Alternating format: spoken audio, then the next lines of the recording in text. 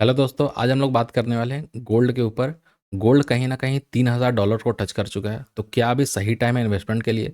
क्या आज रात में जो न्यूज़ आने वाला है उसके बाद मार्केट काफ़ी फॉल करेगा, या फिर मार्केट कहीं ना कहीं 3500 को टच करने वाला है? तो ए टू जेड चीज़ हम लोग डिटेल में बात करने वाले हैं। आप फिजिकल गोल्ड खरीद सकते हो या फिर नहीं। अभी शादी का सीजन चल रहा है, तो क्या अभी आपको गोल्ड खरीदना चाहिए या फिर कुछ टाइम वेट करके खरीदना चाहिए? ए टू जेड चीज़ पे हम लोग डिस्कशन करेंगे। चलिए अब चलते स्क्रीन के ऊपर और समझने की कोशिश करते हैं। सबसे पहले अगर आप देखोगे, आज के दिन हमने एक ट्रेड बनाया था, जहाँ पे बहुत अच्छा ट्रेड बना, और आपको मैं टेलीग्राम पे चेक करा देता हूँ। यहाँ पे हमने टेलीग्राम पे भी सेंड किया था। 64 पिप्स हमें मिला बाइंग साइड में, और सेलिंग साइड में भी लगभग हमें, यहाँ पे अगर देखोगे, आपके सामने मैं चार्ट रखता हूँ ये, तो लगभग आपको 83 पिप्स का टारगेट आपको सेलिंग साइड मिला। तो अगर आप लोग को भी ज्वाइन करना है, सीखना है, समझना है, तो डिस्क्रिप्शन में लिंक मिलेगा, वहाँ से ज्वाइन कर सकते हो। और कितना पैसा से आप स्टार्ट कर सकते हो, अगर आपको हमारा टेलीग्राम के साथ ज्वाइन करना है तो वो आप स्टार्ट कर सकते हो। यहाँ पे देखो $55 है, ठीक है। $55 से आप स्टार्ट कर सकते हो। और वहीं पे अगर आपको मेरा कोर्स चाहिए बेसिक, तो वो अगर आपको चाहिए तो $170 से स्टार्ट कर लेना। और फुल कॉम्बो अगर आपको चाहिए, जहाँ पे एडवांस सीपीआर इंडिकेटर वगैरह मेरा जो भी है, जो भी इंडिकेटर वगैरह है, सब कुछ आपको मिल जाएगा। कोर्स लाइफ टाइम के लिए फ्री मिल जाएगा। इंडियन मार्केट का भी कोर्स और इंडिकेटर लाइफ टाइम के लिए फ्री मिल जाएगा। तो $610 से आप स्टार्ट कर सकते हो। डिस्क्रिप्शन में लिंक है। और अगर आपका पहले सेक्शन से अकाउंट है, फिर भी आप मुझे कांटेक्ट कर सकते हो। चलिए अब आते हैं डिटेल के बारे में। अब क्या है ना कि करंट प्राइस अगर आप मार्केट में देखोगे तो 3000 के ऊपर अभी भी मार्केट का प्राइस चल रहा है, ठीक है। और स्पॉट का प्राइस, फ्यूचर का प्राइस जो भी चल रहा है आपको पता ही होगा। तो यहाँ पे हम लोग सबसे पहले बात करते हैं, यहाँ पे जो आप रीज़न देख रहे हो, तो उसमें अगर आप देखोगे कि in the Indian market MCX gold is also hitting new high, reminding investor of 2011 and 20 bull run. मतलब कि 2011 और 2020 में जो बुल रन आया था ना, उसका कुछ याद कहीं ना कहीं इन्वेस्टर को मार्केट दिखा रहा।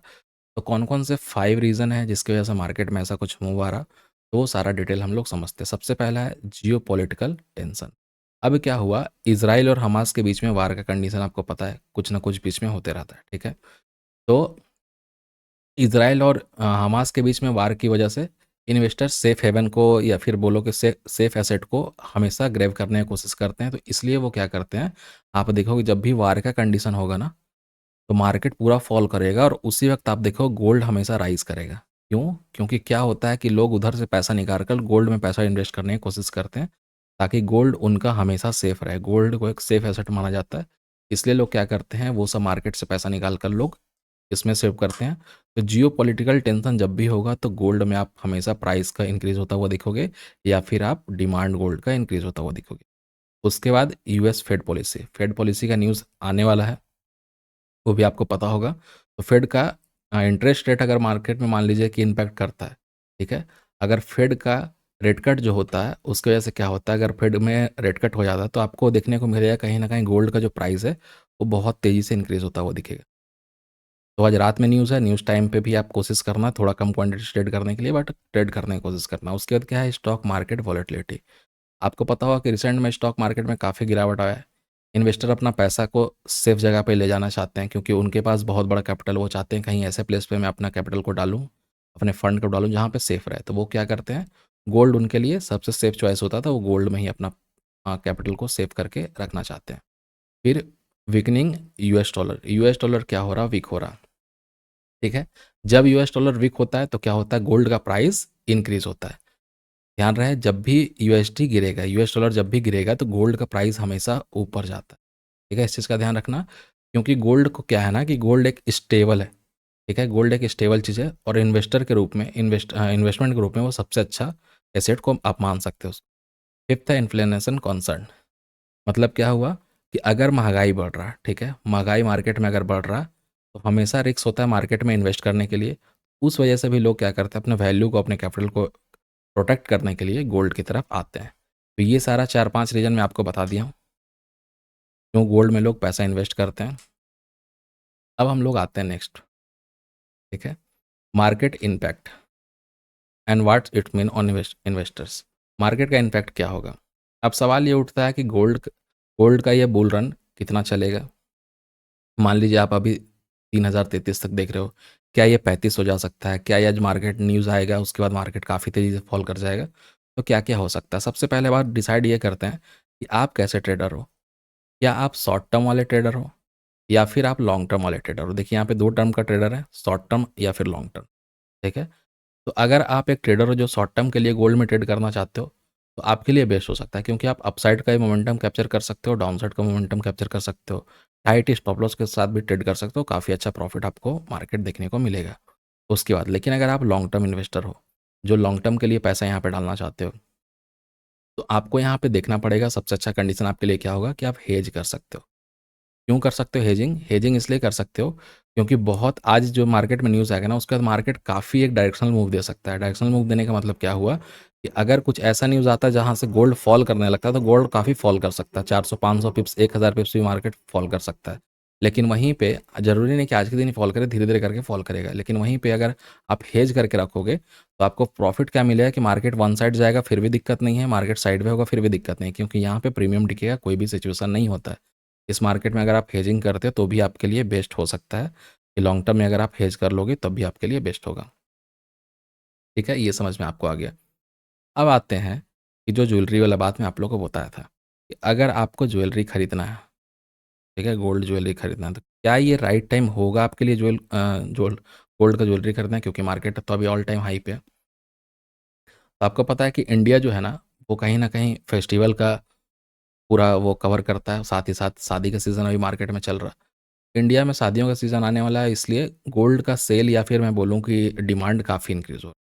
तो गोल्ड अगर आप बाई करना चाहते हो इन्वेस्टमेंट पर्पस के लिए, या फिर गोल्ड अपने लिए खरीदना चाहते हो, तो प्राइस बढ़ रहा है, इसका आप फ़ायदा उठा सकते हो। फ़ायदा क्यों उठा सकते हो कि अगर मान लीजिए कि प्राइस अभी 3000 पे है, और 3000 से प्राइस मान लीजिए कि चला जाता है 3500, तो ये जो प्राइस डिफरेंस होगा, आप यहाँ पे खरीद के इस टाइम पे अगर फिजिकल गोल्ड को भी बेचते हो, आपको वहाँ पे भी काफ़ी प्रॉफिट हो सकता है। ठीक है, ज़रूरी नहीं कि डिजिटल में ही आपको प्रॉफिट हो, फिजिकल गोल्ड भी अगर आप खरीदते हो वहाँ पे भी प्रॉफिट हो सकता है। और उसके साथ साथ एक चीज़ और होता है, क्या होता है, impact on electronics and manufacturing. Electronics और इलेक्ट्रॉनिक्स के मैन्युफैक्चरिंग में काफ़ी ये इम्पैक्ट कर सकता है। क्यों कर सकता है? क्योंकि इलेक्ट्रॉनिक्स इंडस्ट्री में बहुत सारा चीज़ जो होता है वो गोल्ड से बनता है। क्या क्या बनता है? मोबाइल का चिप्स एंड अदर टेक्नोलॉजी होता है वो गोल्ड से बनता है। तो इसलिए क्या होगा कि वहाँ पे भी आपको चेंजेस और इंक्रीमेंट देखने को मार्केट में मिल सकता है। अब सवाल ये आता है, क्या मार्केट 3500 तक जाएगा, या फिर मार्केट 3500 तक नहीं जाएगा तो मार्केट कहाँ तक फॉल करेगा? इसके लिए आप पूरा टेलीग्राम हमारा ज्वाइन कर लेना। मैं पूरा एनालिसिस करके दे दिया हूँ कि कहाँ मार्केट जाएगा तो क्या क्या आपको ट्रेड दे सकता है। आप देख सकते हो ये पूरा लेवल दिया हुआ है, और जो अभी मैं लेवल आपको दे रहा हूँ, पहला टारगेट, दूसरा टारगेट, तीसरा टारगेट, चौथा टारगेट, जो भी साइड मार्केट बाइंग साइड हो या फिर सेलिंग साइड हो उसके लिए। बट इसके बाद भी हम लोग टाइम टू टाइम टेलीग्राम पे ग्रुप में चैट शेयर करते रहते हैं, ट्रेड शेयर करते रहते हैं। तो वहाँ पे ज्वाइन करके भी आप काफ़ी चीज़ सीख सकते हो, समझ सकते हो, हमारे साथ ज्वाइन कर सकते हो। बाकी अगर आपको ऐसे डिटेल में जानना है तो आपको मैं बताऊंगा कि आप सिंपल सा सीपीआर लगा लेना, उससे आपको काफ़ी चीज़ समझ में आ जाएगा। और अगर फिर भी आपको नहीं समझ में आ रहा तो आपको मैं एक नॉर्मल सा चीज़ दिखा देता हूँ, कि अगर मैं यहाँ पे मंथली ईयरली सीपीआर लगा लेता हूँ। ईयरली सीपीआर का मतलब क्या हो गया कि ये ईयर मार्केट कैसा मूव कर रहा है। ठीक है, एक सेकंड मैं इसको थोड़ा सा हटा देता हूँ, ये आ चुका है। तो इस ईयर अगर आप मार्केट का मूव देखना चाहोगे, ये देखिए, तो मार्केट वन साइड मूव दे रहा है। और उसी के साथ साथ अगर मैं इसको मंथली में चेंज कर दूँ, सीपीआर कितना हेल्पफुल होता है आपको पता चल जाएगा। ये देखिए, हमें पहले से पता था, और सब लोग जो सीपीआर यूज़ करते हैं उनको पहले से पता था कि ये सीपीआर था वाइड, ये सीपीआर था एवरेज, ये सीपीआर था नैरो। नैरो सीपीआर बना हुआ था, मतलब मार्केट काफ़ी ट्रेंडिंग हो सकता है, मतलब काफ़ी मोमेंटम दे सकता है। ज़रूरी नहीं अपसाइड, यहाँ से मार्केट फॉल भी करेगा तो यहाँ तक आ सकता है। ठीक है, अपसाइड जाता है या फिर डाउन साइड आता है, ये पहले से आपको कंफर्मेशन मिल जाएगा। और ये कब आपको मिला है, आप स्टार्टिंग में ही देखोगे, मार्च का मंथ में ही, मंथली में आपको यहाँ पे मिल चुका है। यहाँ से मार्केट काफ़ी स्ट्रांगली बुलिश मोमेंटम दे रहा है। तो ये सारा चीज़ होता है कि आप हर टाइम फ्रेम में पकड़ सकते हो, 1 डे हो, 1 आवर हो, 5 मिनट हो, 15 मिनट हो। इवन आप स्कैल्पिंग भी कर सकते हो। आपको मैं स्कैल्पिंग में दिखा देता हूँ। जैसे 1 मिनट टाइम फ्रेम है, ठीक है, 1 मिनट पे अगर मैं इधर चलकर डेली सीपीआर लगा लेता इधर चलकर मैं daily CPR 1 minute time frame पे लगा लेता हूँ, जिनको स्कैल्प करना होता है। अब आपको मैं दिखाता हूँ क्या हमें ट्रेड मिला बाइंग साइड का कि नहीं। यहाँ पे देखिए, जब भी ये सीपीआर पे सपोर्ट लिया, इधर जब भी ये सीपीआर पे सपोर्ट लिया, कितना आपको ट्रेड दिया है ये, इस पॉइंट से अगर आप मेज़र करोगे, यहाँ से लेकर यहाँ तक, लगभग आपको 93 पिप्स का टारगेट ये मार्केट दिया वन साइड का। देखिए, सीपीआर पे सपोर्ट लिया, डब्ल्यू पैटर्न का ब्रेकआउट किया, मार्केट रिटेस्ट भी किया, और फिर यहाँ से वन साइड मूव देकर 93 पिप्स का आपको टारगेट दिया। तो ये सारा चीज़ होता है सीपीआर से। और हमारे पास एडवांस सीपीआर इंडिकेटर भी है, जो क्रिप्टो फॉरेक्स इंडिकेटर आप यहाँ पे देख रहे हो। तो ये इंडिकेटर यूज़ करके हम लोग और अपना चार्ट को ईजिली ट्रेड कर सकते हैं। तो अगर आपको ज्वाइन करना हो ज्वाइन कर सकते हो। चलिए मिलते हैं नेक्स्ट वीडियो में।